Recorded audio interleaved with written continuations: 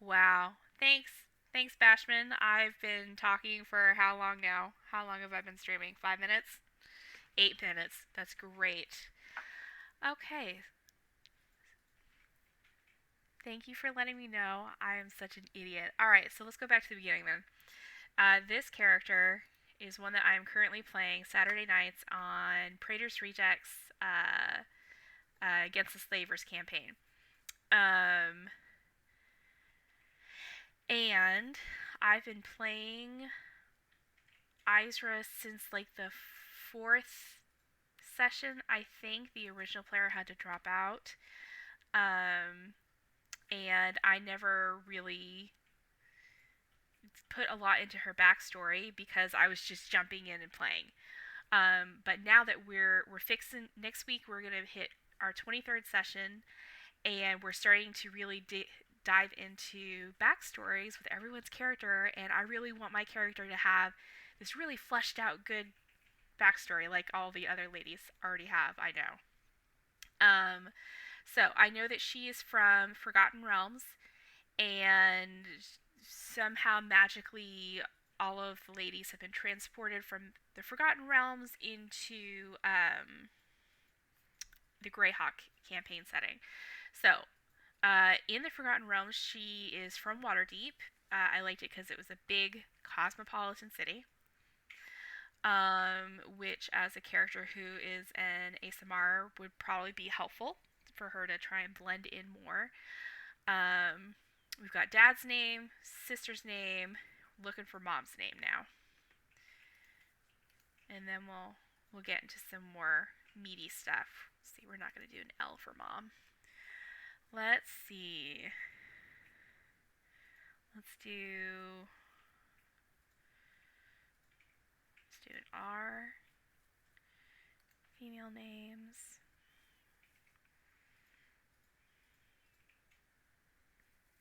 Kind of like Rachel. Rana. Rana. Rainy. Rafaela. That's kind of nice. Let's keep going.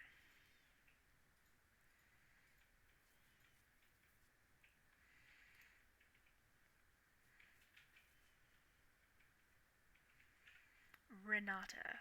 Let's do that. I like that name. Okay. So this is mom's name. Come backward. Okay, I know that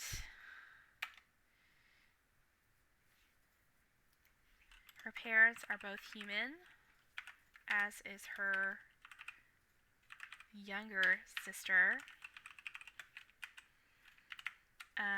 I know her Aasimar powers started to show around 12. She has dreams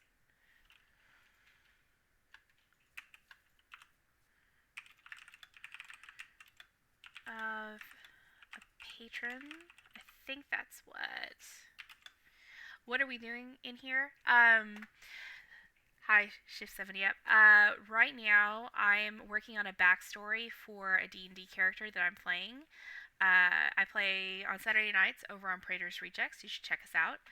And I was not originally in the game. At the when they first started playing, the player who was playing this character had to drop out for personal reasons. So, hey, yeah.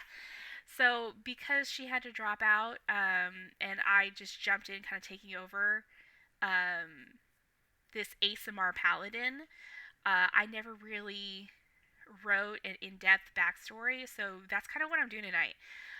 Because now we've just did our 22nd session, and we're starting to get more into characters and backstories. So I want to make sure that Isra has a good backstory for the rest of the group.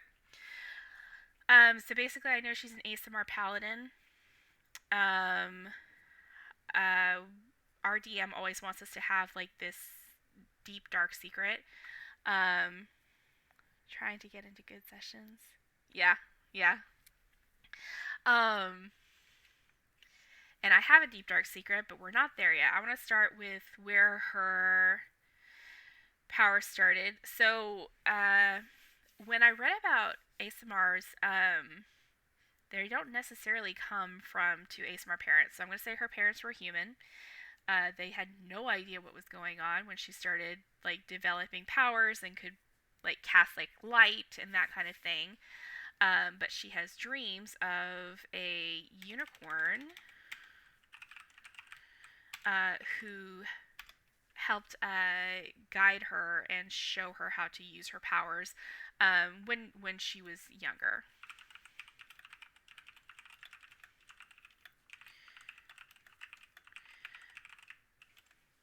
Now I did some rolls when we were playing one night to see let's hop into D&D Beyond to see what this kind of patron would be like. Um, and let me see if I can find those options. Here we go. Um, let's see. I rolled here. It was compassionate and hopeful. And then I think it was Michael.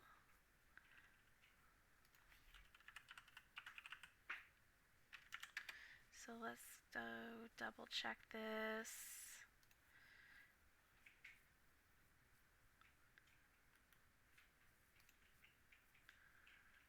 Oh, cool art. Okay.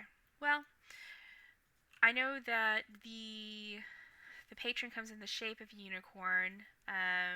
So we'll go ahead and add the nature, which was compassionate and hopeful.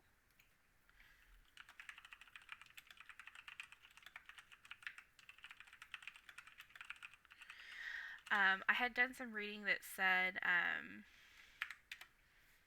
basically it implied that some of these celestial beings might not was a criminal and died. Paladin.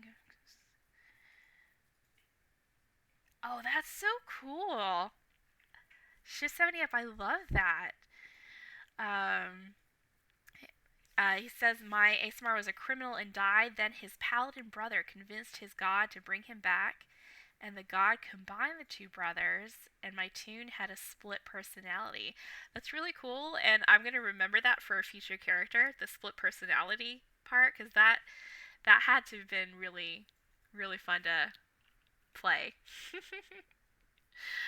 um, so one of the things that I was reading about these celestial beings is, they might be, fairly aloof and more concerned about the greater good than one rogue and one paladin. That's cool. They may be more concerned about the greater good of like a nation as opposed to the individual people that make up the nation.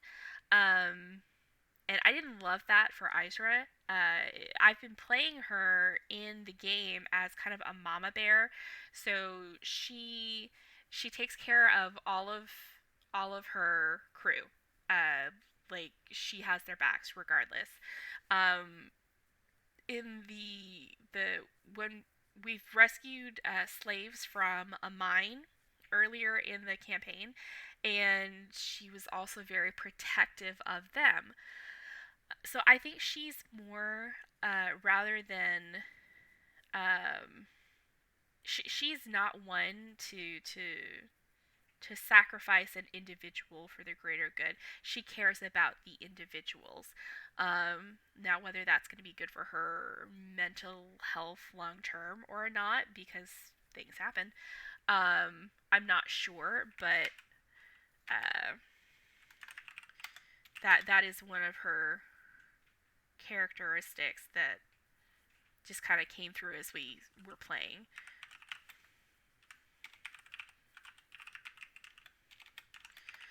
Would not sacrifice.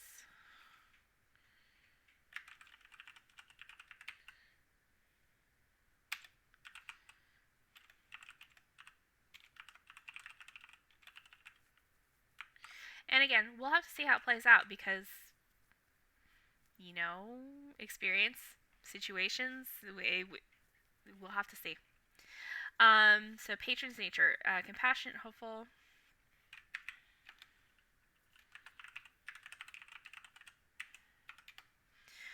Um, okay, so power started developing around 12.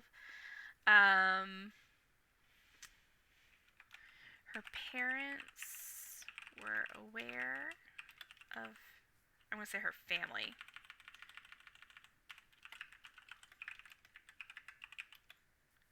Yeah, that's exactly right, 70. I'll have to consider the needs of the many against the needs of the one.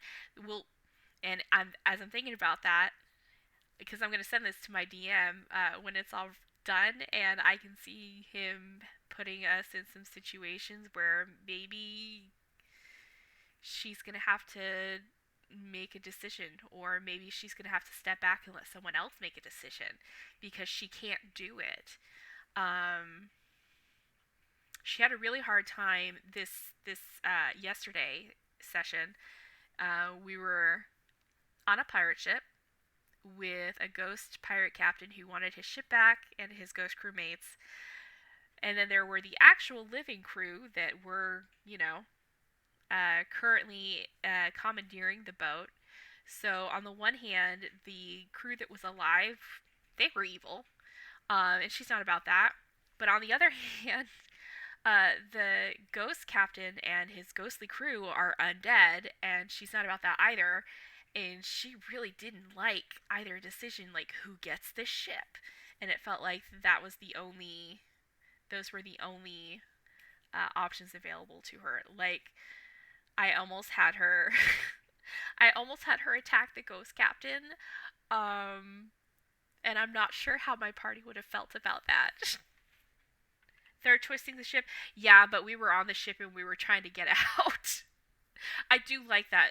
I like that choice a lot.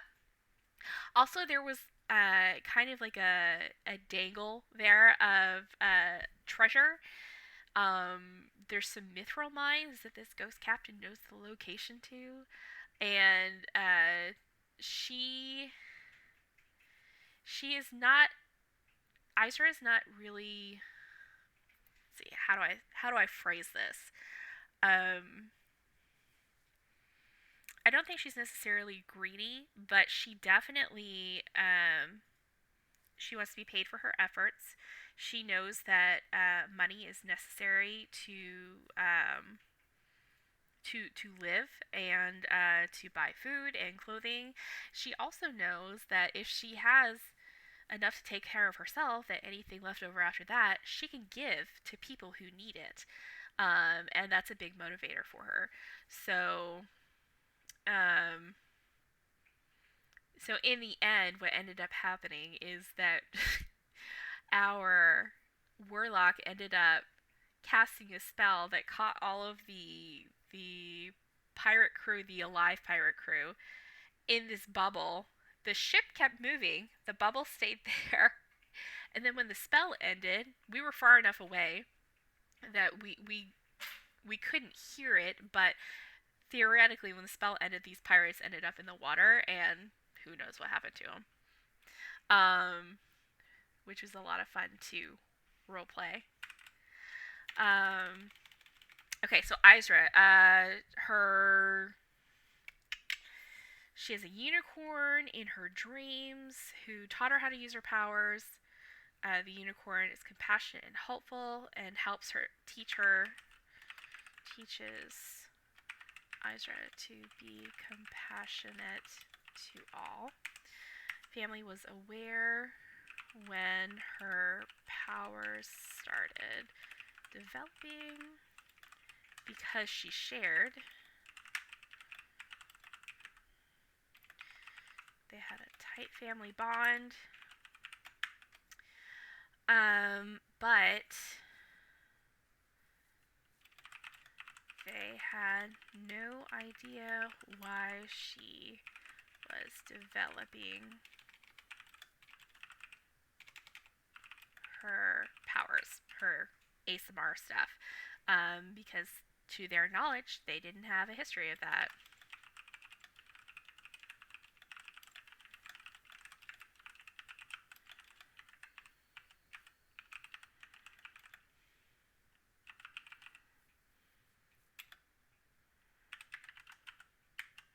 Would they not be a little afraid of her then? That's a good point. I think based on how I'm imagining the family dynamic, we'll say I think her parents were afraid for her.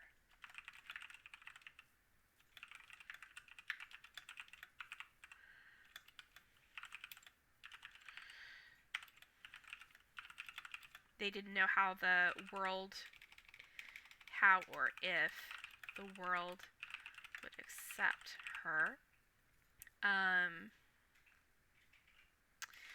And they cautioned her to keep her powers a secret.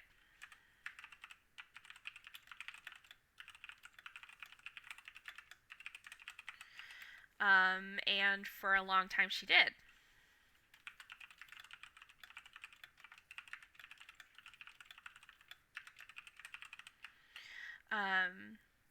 I think that as she got older, keeping them a secret and not being able to use them to help people would have started to feel restrictive.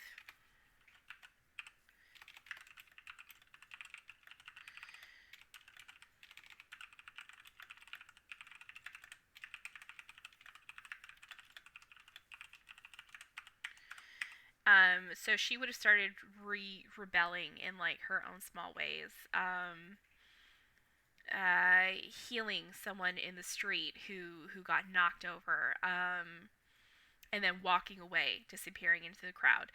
Not staying for acclaim or what's the word I'm looking for?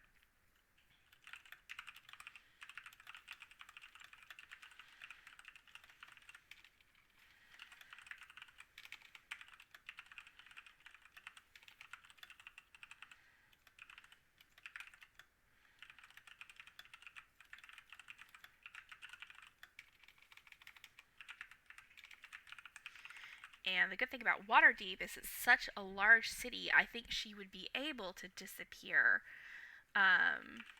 into the crowds. However, because there has to be a however for me to have a deep, dark secret, somebody did notice her.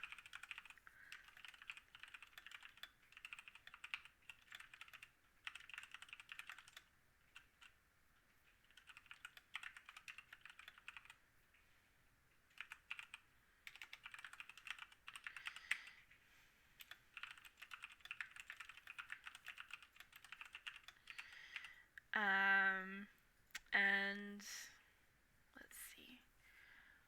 Why don't you like this? Oh, they want a comma. Sorry, I cannot stand the little error marks in the Word. I love them because they tell me when I need to go back and take a look at something, but I don't want to leave them there. So I have to get rid of them as I'm going. Okay.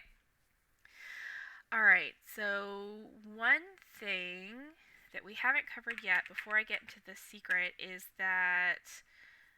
how her sister felt about her powers.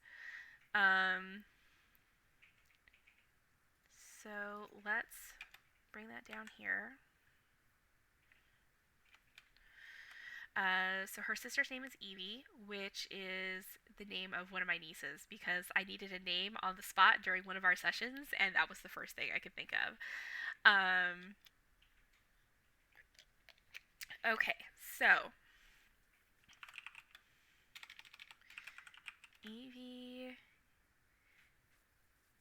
just thought her powers were amazing. And she was a cheerleader. She wanted Isra to use her powers because why else would she have them?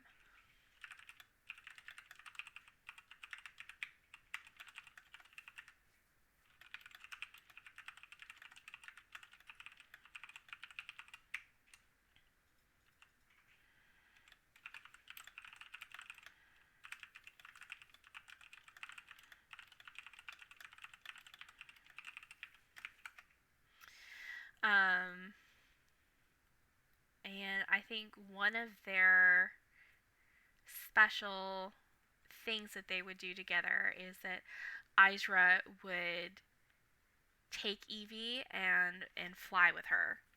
I know she only gets like a minute of her flight, but still. Uh,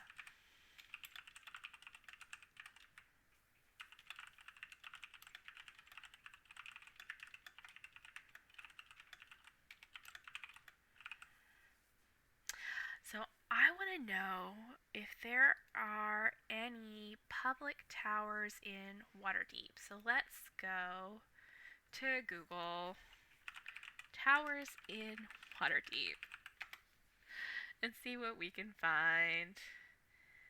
Probably wouldn't be doing it in a wizard's tower.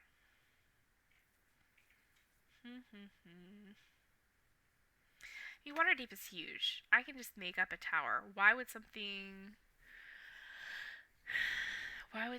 be they're gonna have walls? Let's see. Map of Waterdeep.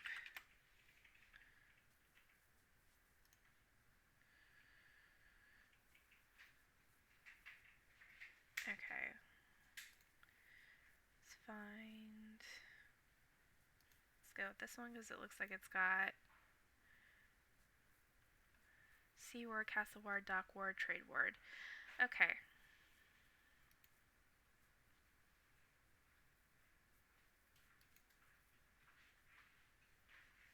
Nice.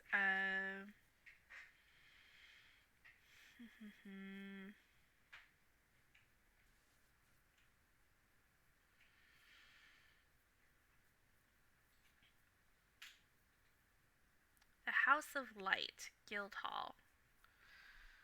Let's go see what that is.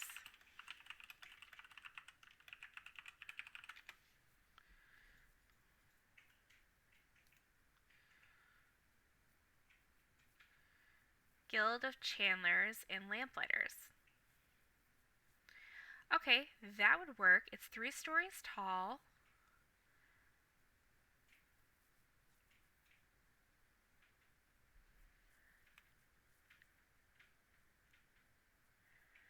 Okay, awesome. So the House of Light. So they would go in the back and do a quick flight up to the 3rd floor.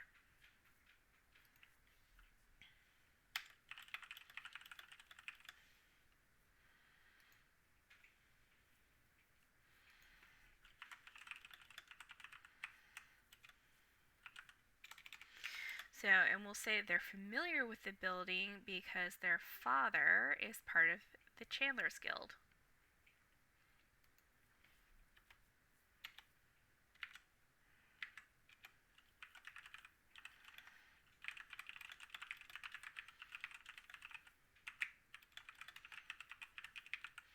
I'll have to figure out Renata. She probably is the same.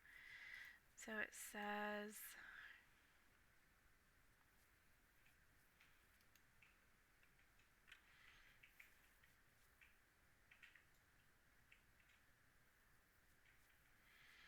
We'll say they're both Chandlers. That works.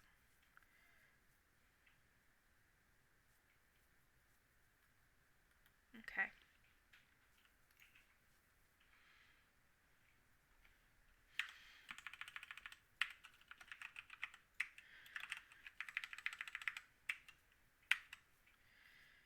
Okay.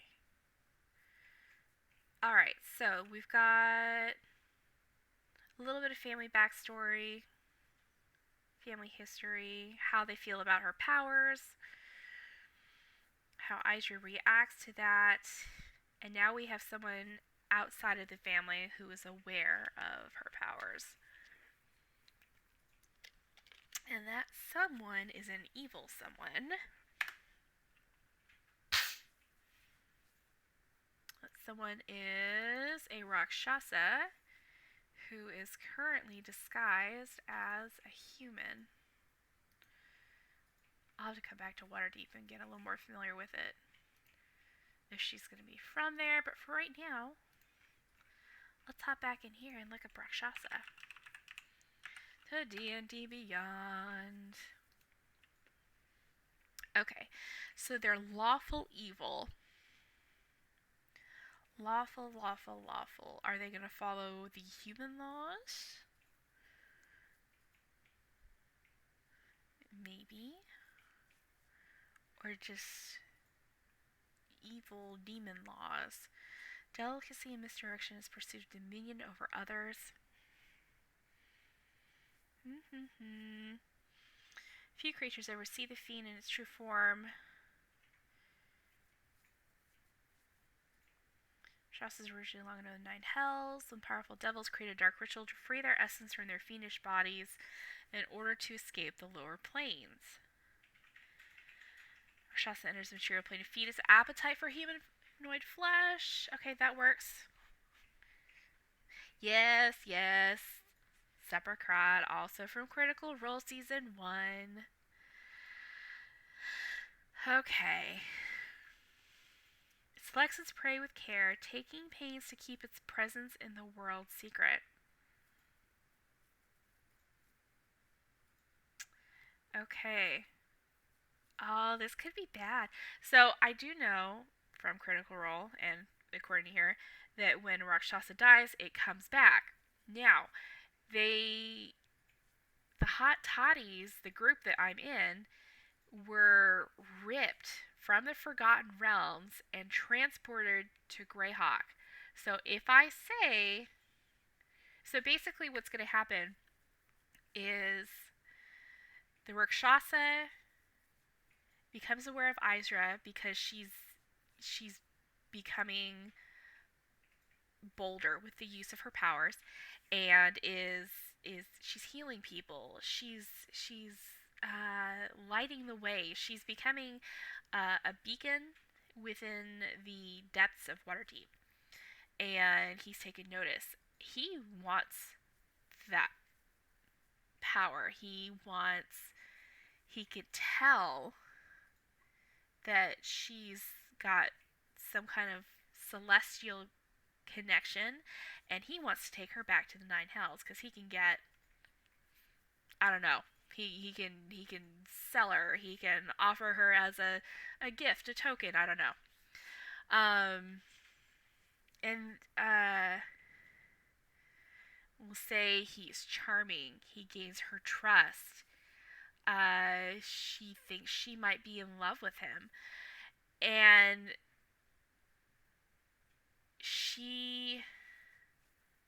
let's see, how does this play out?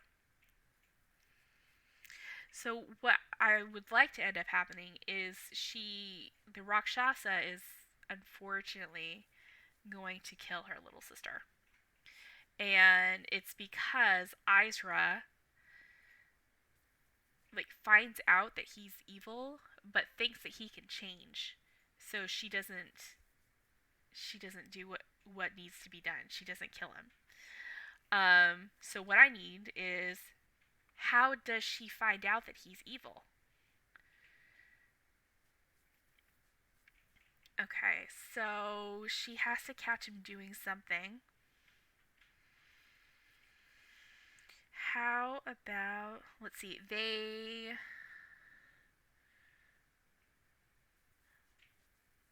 yeah, no, I know, yeah, 70, yeah, he does kill her sister, but there's got to be something before that.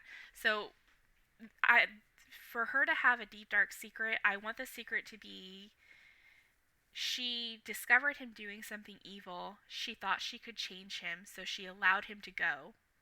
Then, because she knows that he's evil and the jig is up, he's gonna come back. He kills her sister. Um, while he's trying to get to her, to kill her, to keep his cover, and then Isra kills him, and sends him back to the Nine Hells. So, and her deep dark secret is she allowed this evil creature that she thought she could redeem to go, and he came back and killed her sister. That's her deep dark secret. And So she'll have this guilt and this responsibility for that forever. Um so and then potential future game dynamics, if our DM wants to play with a Rakshasa, I mean, can't in theory the Rakshasa would be able to find her regardless of if she's in the Greyhawk versus the Forgotten Realms, because he's on a different plane anyway, and they are supposed to still be able to track those who killed them. Okay, let's lay it out. Let's lay it out. So let's give him a name. Suggestions: Rakshasa name, Rakshasa in disguise, and then his actual name. Oh, let me make sure I'm spelling this right.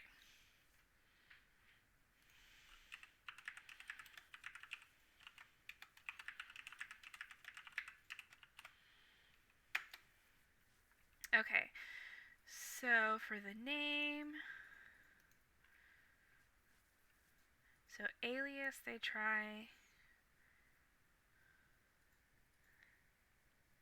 get to be so delightfully evil.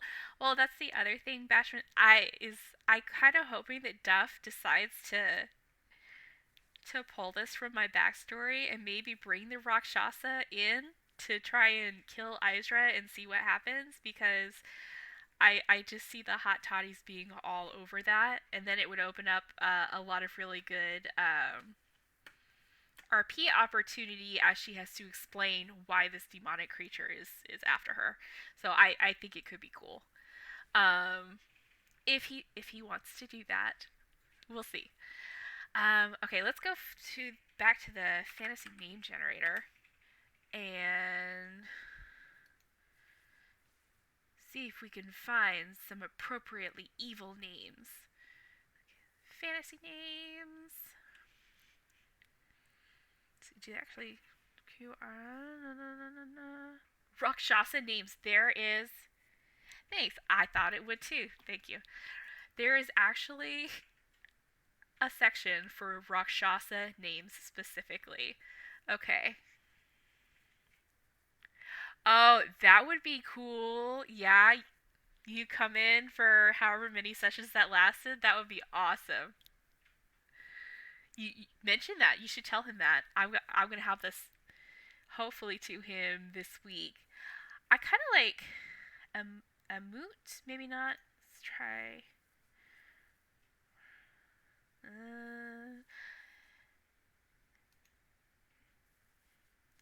Let's see.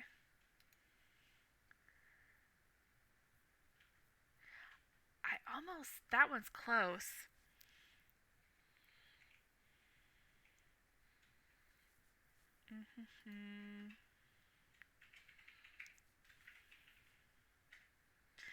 Isn't there Rasan? Okay, I like that.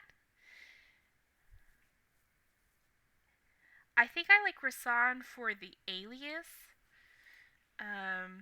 So that'll be the first name for the alias. I think for the Rakshasa's name, I want it to be like a BATH and then something, because of the or BA. Oh, Bastion. Akadnor. Okay, I like that. Thank you guys. Just help me out. Okay,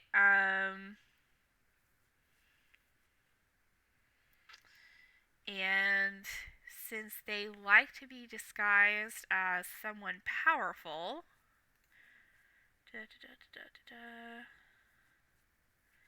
powerful or influential, a noble, cardinal, or rich merchant. I think we'll go with rich merchant,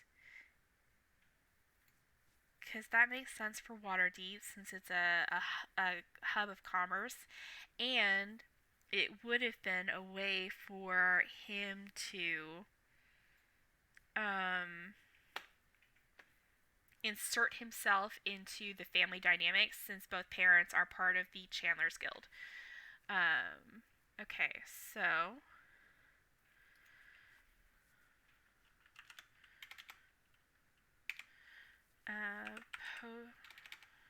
let's see.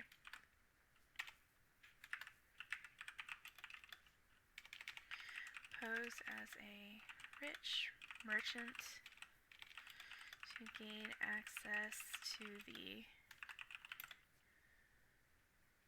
What better way to get to know many people and the goings-on of an intercity... Yep, perfect. Yeah, you're right. The Grey family.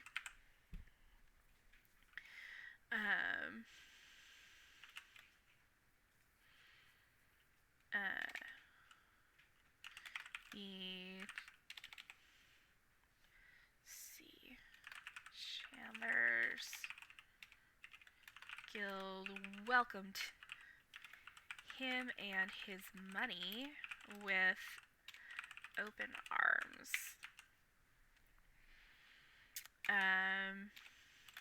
This is how he was introduced to Isra, who is in her early 20s at this point.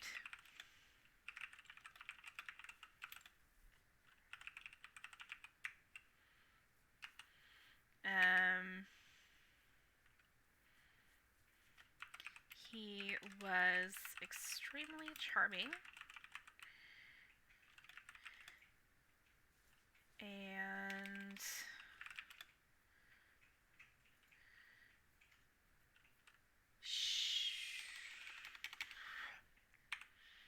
he was extremely charming. I would say she probably doesn't have a lot of experience with romance since she's been trying to hide her powers since she was like 12 or whatever.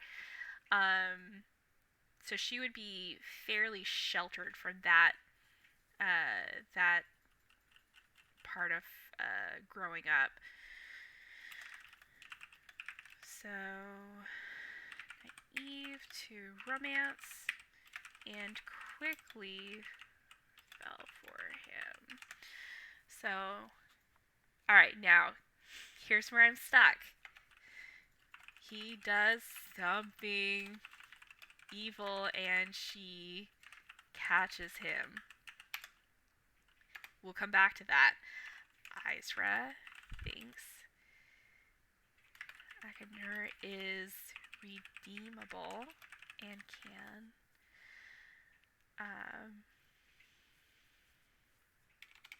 and she can make him good. So she does not turn him in.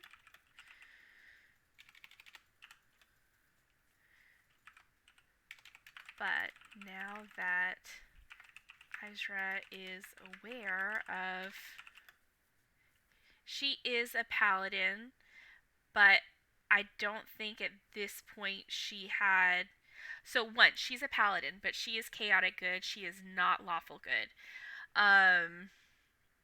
Two, she is in love with this creature, or she thinks she is, and she has no experience with this whatsoever. And three, her patron has taught her to be compassionate to all. So it needs to be something evil, but less than like murdering somebody in the street. That she thinks that she can still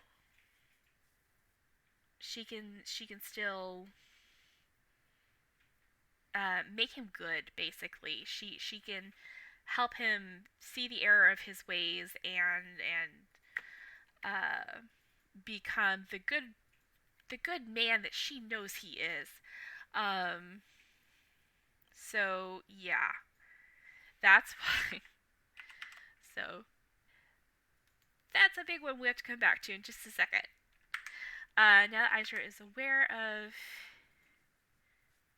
or suspects his evil, so maybe she... Oh, Bashman, that's good. So he says, was asking because you could say her divine sense started going off and it hinted towards him. So she goes to look into it and catches him in the act of something no good. I like that a lot. I also like, she still has dreams, even though she knows how to use her powers now. Um, like, wouldn't her patron also maybe try to warn her? Okay, I like both of those. Okay. So her dreams start to Gatsby fickle. Yes. Okay, so her dreams start to become more like nightmares and show Akaner as someone to be afraid of. Her teacher, the unicorn in her dreams, at that point teaches her how to detect good and evil with divine sense and urges her to use it the next time she's near Akaner. Dude, Bashman, you solved the biggest issue I was having with this whole backstory. Thank you so much. It's perfect. Because then she doesn't have to catch him. Hold on, let me go back and fix all these. I need a comma.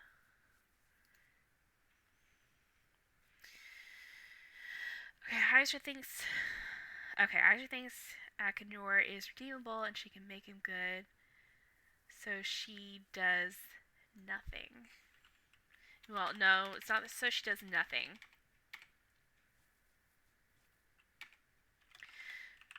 So she...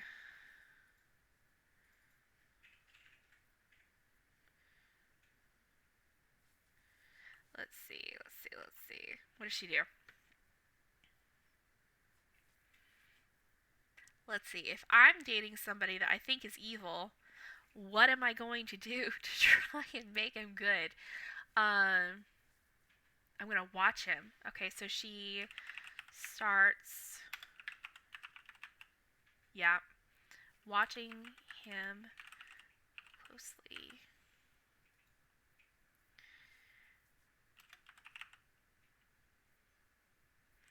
She's to ignore the warnings and listen to what she thinks her heart is saying. True.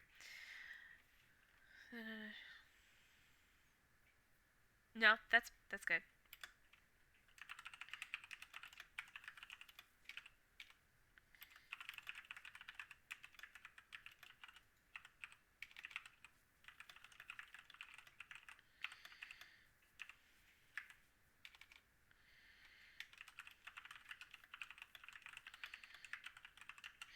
Okay. But now that Isra... But she starts acting. She instinctively reacts differently in his presence. And he senses the change.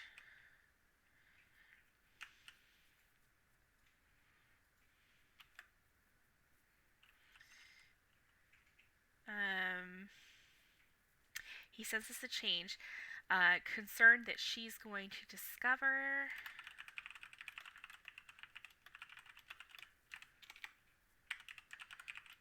his true nature and use her powers against him. She's going to discover his true nature and use her powers against him. He lies in wait at the Tower of Light, where she and her sister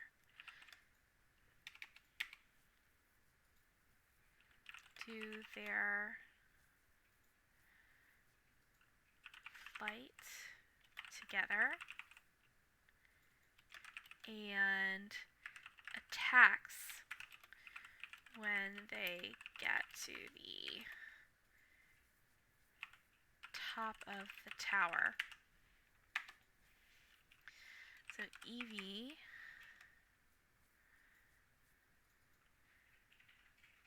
let's see. Evie is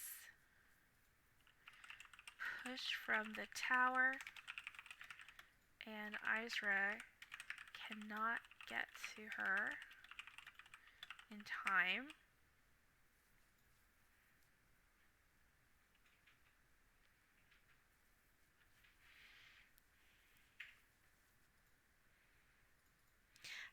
But how does she kill a Rakshasa? Let's see. Got 110 hit points.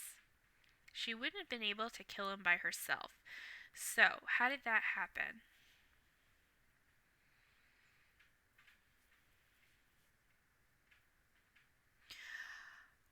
It's 3 stories high. How many feet is a 3-story building? Because we could say fall damage help, so we'll say 40 feet.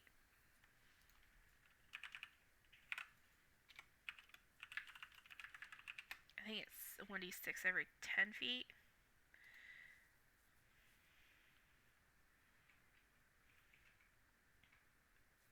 Hey, knowledge.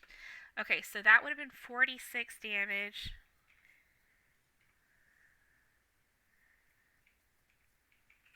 Okay, Bashman, you're killing me. Your stuff is so much better than what I'm coming up with, and I'm totally gonna use that now.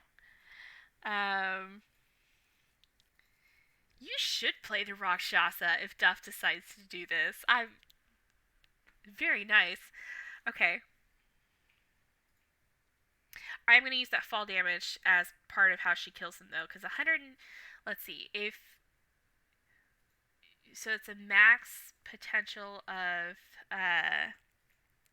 6, 12, 18, 24 points of damage from the fall out of 110 hit points. Ugh. So that's still 86 hit points that she would have had to have knocked the stuffing out of him. Okay. Hold on, let's go back and write that line. Okay, so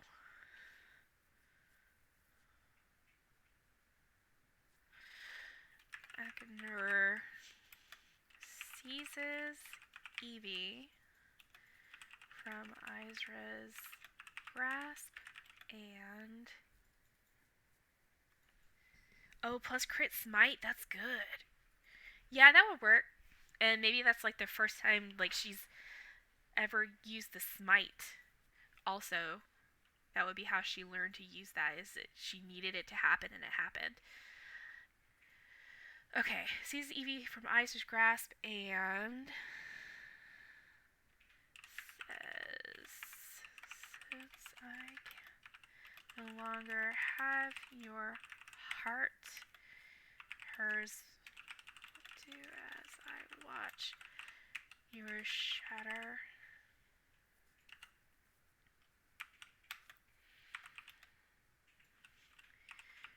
Rips into her chest.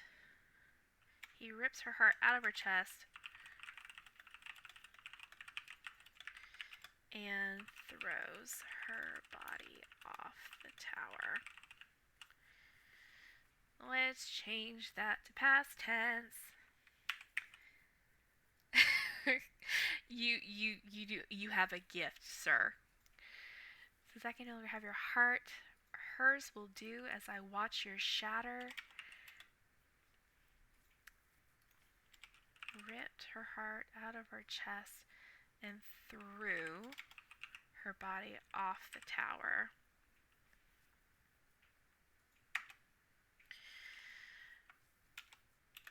Isra screamed and rushed at him to knock. Oh, no.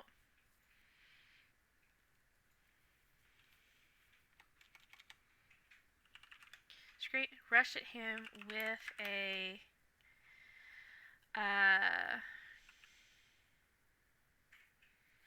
what's something she could pick up? Let's say she's on top of a tower of the Chandler's Guild. Oh, you're killing me, Bash. Of course, that's beautiful. I say beautiful. It's beautiful in the most evil way possible.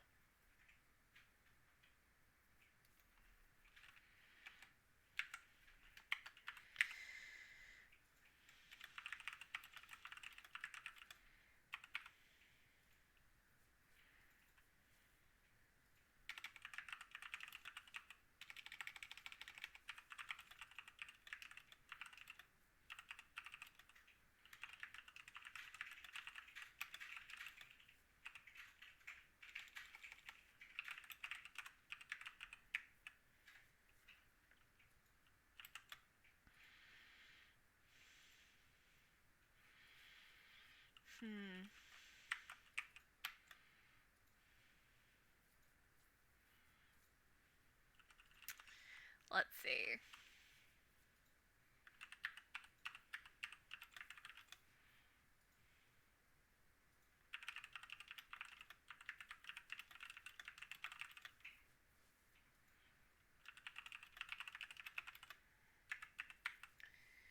Is Bash from the writers on Critical Role? Bashman meets Seppercrod. Seppercrod meet King Bashman. Seppercrod's my husband, Will.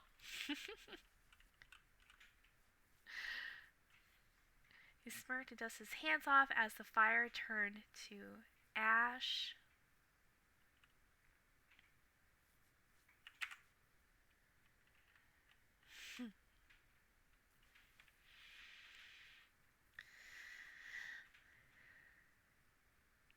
Oh, you know what? He would. Then he pulled his rapier from the sheath and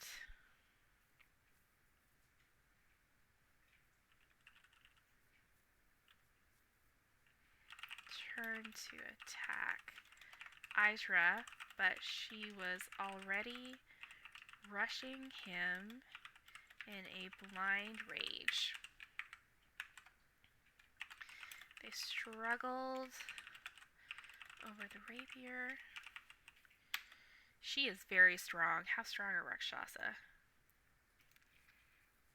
Not as strong as Isra. Isra is much stronger than that. They struggled over the rapier.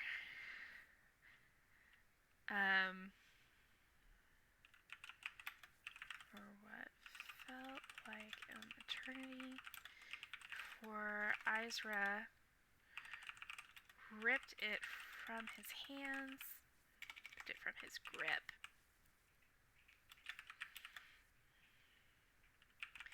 With both hands, shoved it through his heart.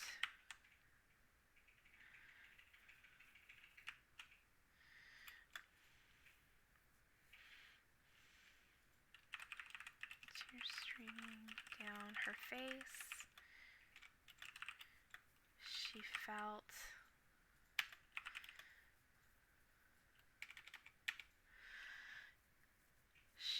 felt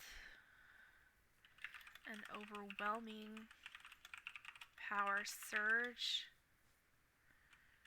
from her core and push out through the rapier directly into his heart. So we're going to say chest, because I don't like to repeat words that close together. Surge from her core and push out through the rapier directly into his heart. And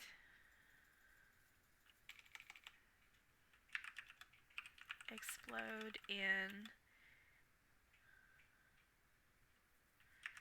an aura. Explode in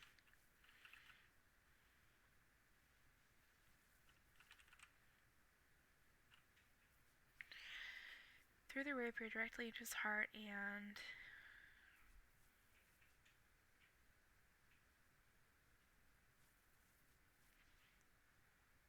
I'm going to say escape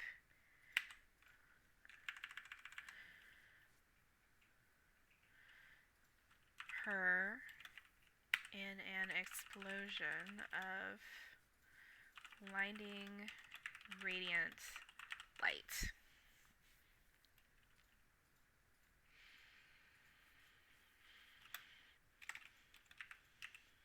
Let's see, tears streaming down her face. She felt an overwhelming power surge from her core and push out through the rapier directly into his heart. No, this doesn't sound good. Causing an explosion of blinding radiant light.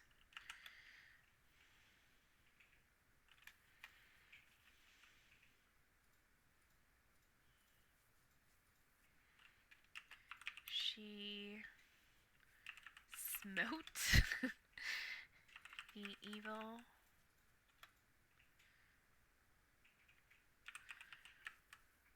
from her sight.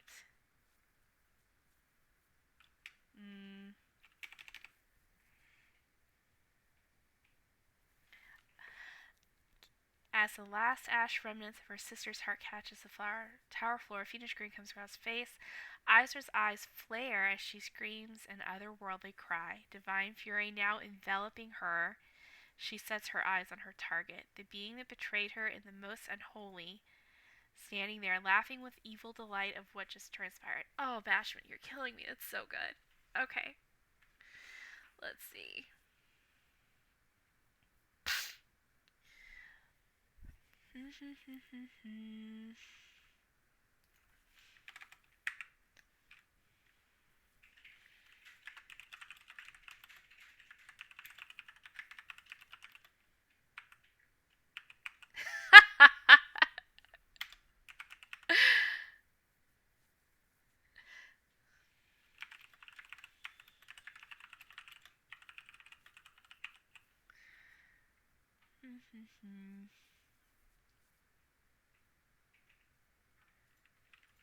Actually, no, wait. It should go here.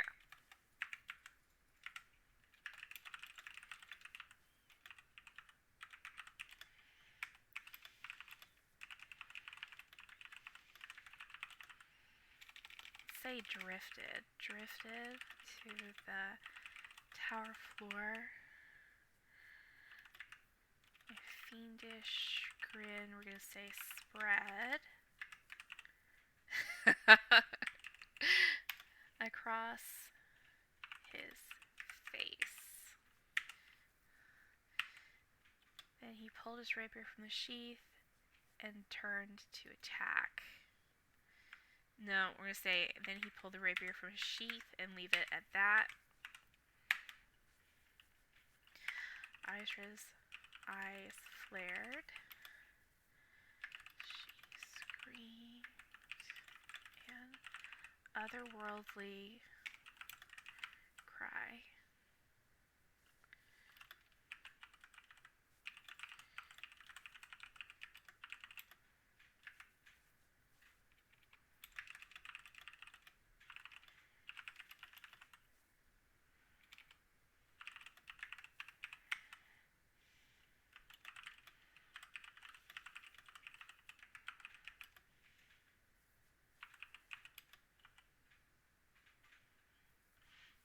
I'm gonna say I like the unholy word. I'm gonna move it here.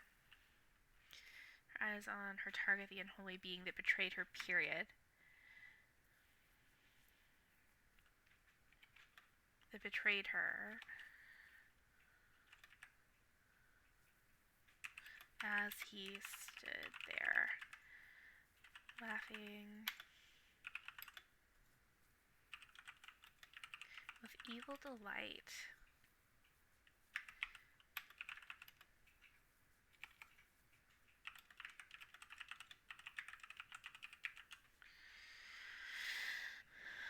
Okay, and now she rushes him.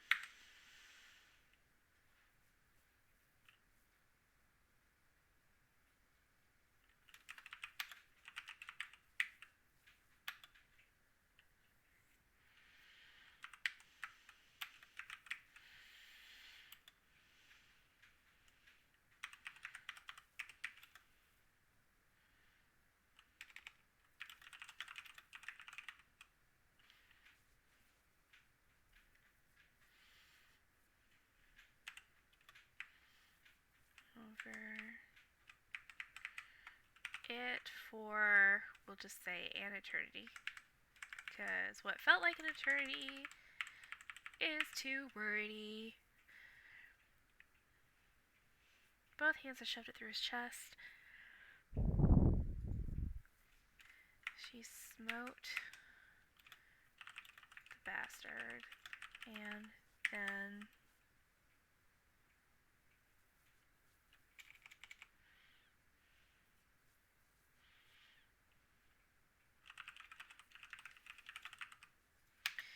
released the rapier. As he looked down in disbelief,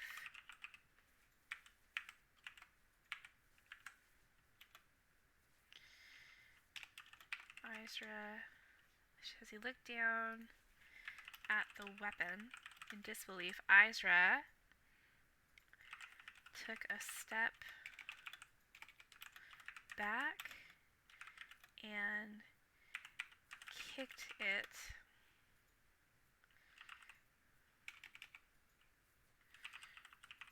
further into his chest and him off of the tower to the cobblestone below.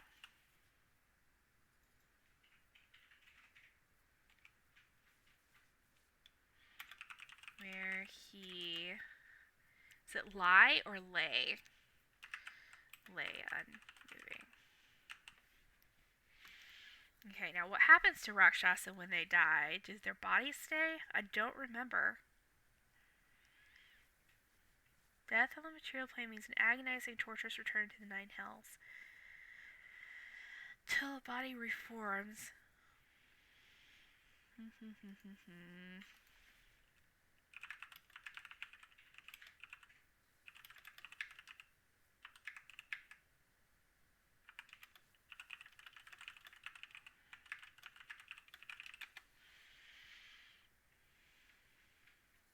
Nope.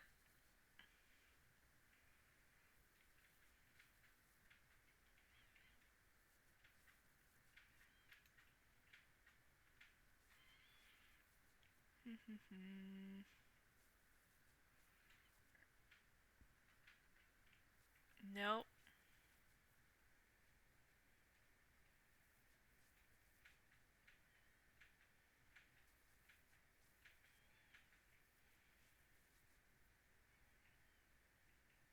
Oh, that's good.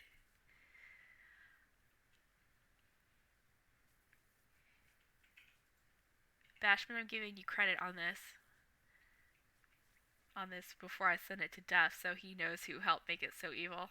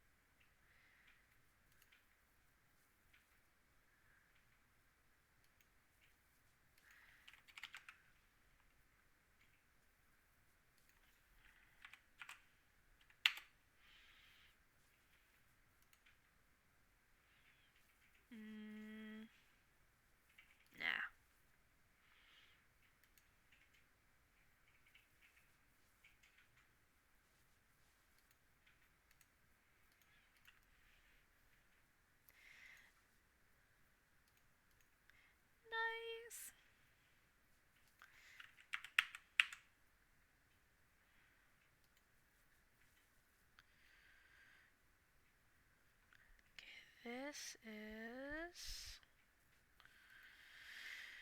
Okay. So what happens after that? Isra would not stay. She would not stay in Waterdeep.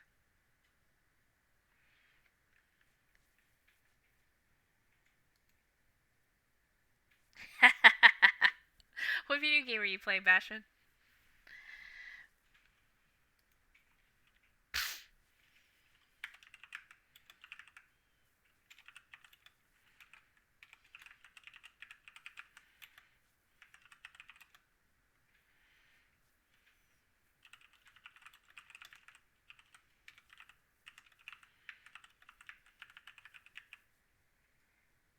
Oh, yeah, see, I don't play Minecraft, so I don't really know anything about the game.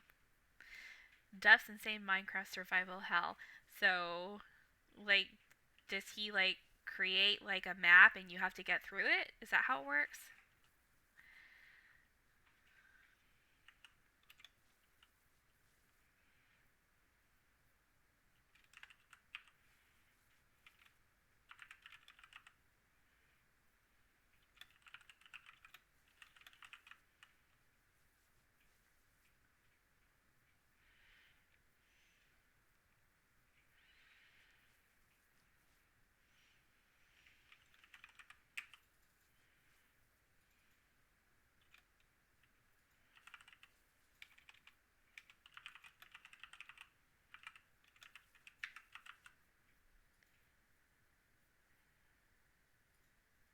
Okay. I think my youngest brother plays Minecraft. I think maybe all three of my brothers play Minecraft, but it's never one that I've really gotten into. I was requested to play Valheim tonight by my husband, but since I had already committed myself to working on this backstory, that's what's this was happening. She had not spoken to her parents since her sister's death. How old is Isra, man? Let's see. She's in her early 20s when this happened. We'll say she's in her early 30s now.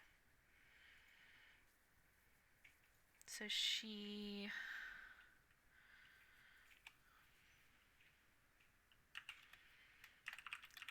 devoted herself to... I keep forgetting the name of the goddess that she is pledged to. Forgotten Realms. No, it's one of the chaotic good ones. I think it's the goddess of the moon. Who's she also has like an aspect where like knowledge is one of the realms that this goddess is over. Because Isra's background is archaeology. Um, because I liked the background, but I think to tie it into the backstory, she's continually searching for a way to get to the Nine Hells to um, to free her sister's soul. So that's how that'll work. Pantheon. Here we go.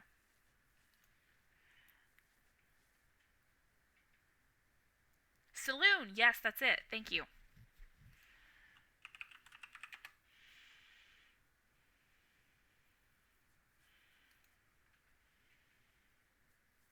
No, I'm pretty sure it's Saloon. Um.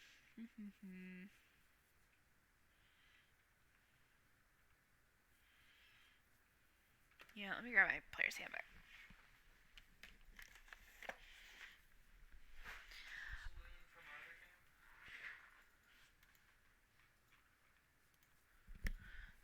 What? I think so.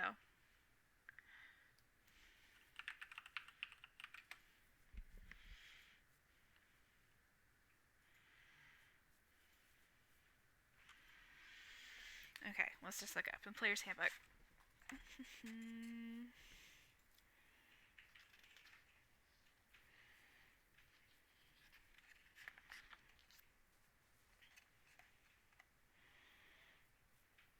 Page 293.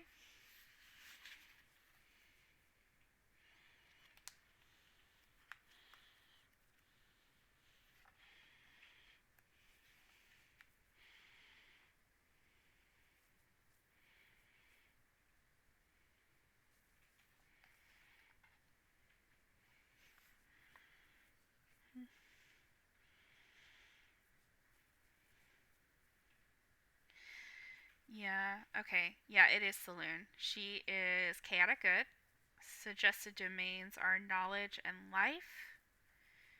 Yeah, because when she got her armor that she has, she put like a 7-pointed star on there, so it is Saloon. Okay, so she dedicated herself to Saloon and began searching across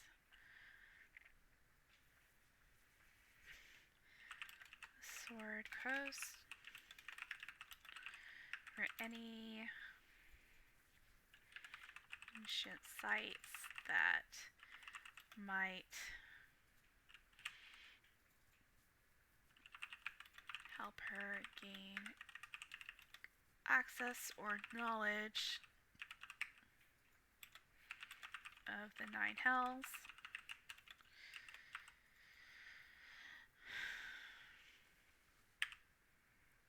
She is forever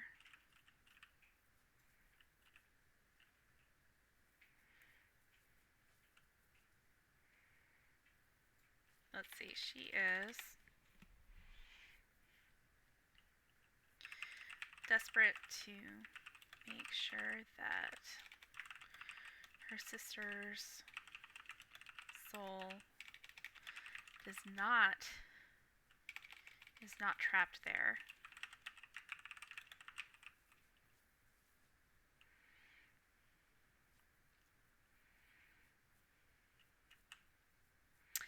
Which could be another reason why she has so much compassion for the slaves in Greyhawk, because she sees her sister as being a slave in the Nine Hells, and yeah, that's perfect.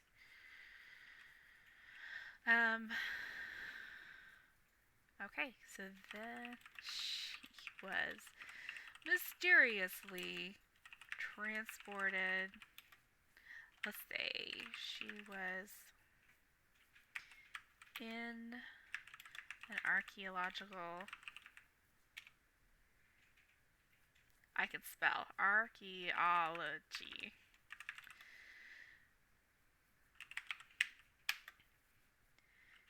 Investigating a lead when she was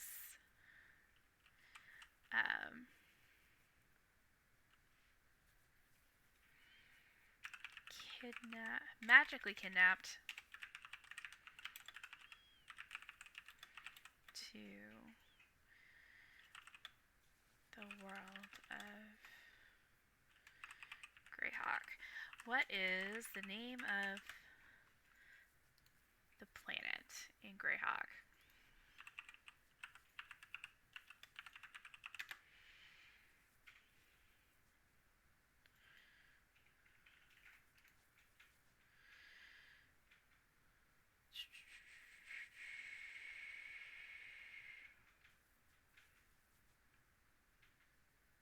Thank you, Bashman.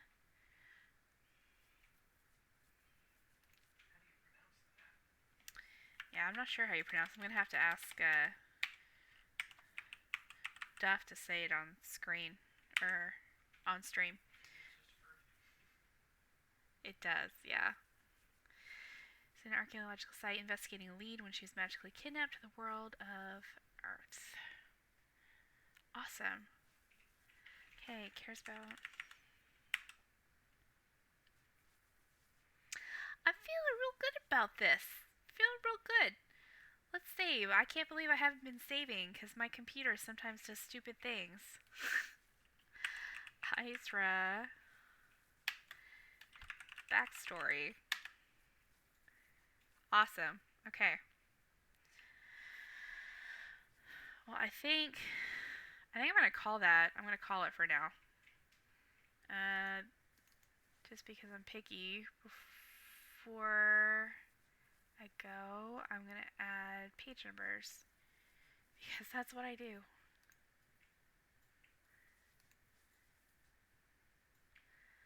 Let's see. Ta-da! Done. Done for today.